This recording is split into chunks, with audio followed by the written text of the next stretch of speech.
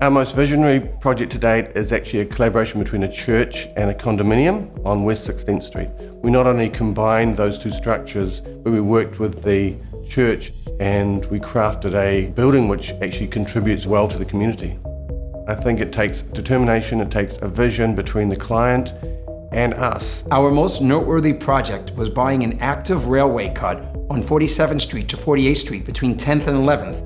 One of the biggest lessons that we learned from the project is you never know how the market's going to turn on you. When we planned the 505 in 2006 and 2007, we never thought that a financial calamity would come about the way it did in 2008 and 2009. We learned that you had to have perseverance to your conviction, and you have to have patience. Probably our partnership with New York State to create a new narrative for future home of Amtrak. The project has changed the landscape and made a positive impact on the community in ways that are still ongoing and unmeasured. The most relevant thing to talk about now is making it the new home of New York Fashion Week.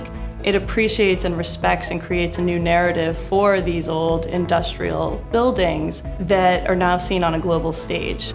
We're currently working in Chicago in a 500-acre park revitalization project. It's a large collaboration with the artist Yoko Ono and Mayor Rahm Emanuel and the Chicago Parks Department. The key to this project has been that collaboration. Not one of us can do it all ourselves. It's really a ground-up way of looking at landscape and architecture to create a new asset for the community.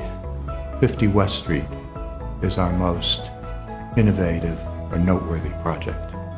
I think we've made a positive impact on the community because we've changed the perception of it from being a B+ residential area into an A+ residential area. And we've sold over 50% of the project, even though we're still 18 months from completion. Architecture today, especially with so many different design styles, is very formally and aesthetic oriented. We believe in an architecture which is actually performing better, and anything which performs better also looks better.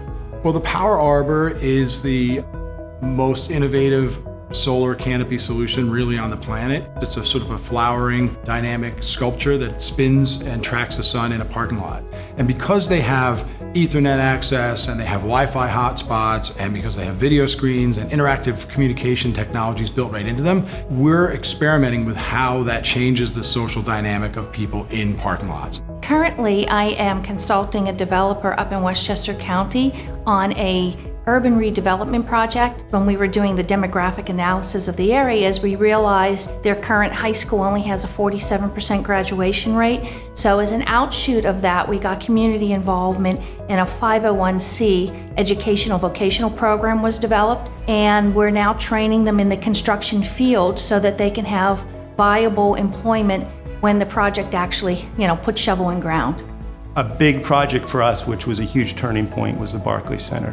When Bruce Ratner and Mary Ann Gilmartin invited us in. It was so much more than just understanding how to develop an arena in downtown Brooklyn.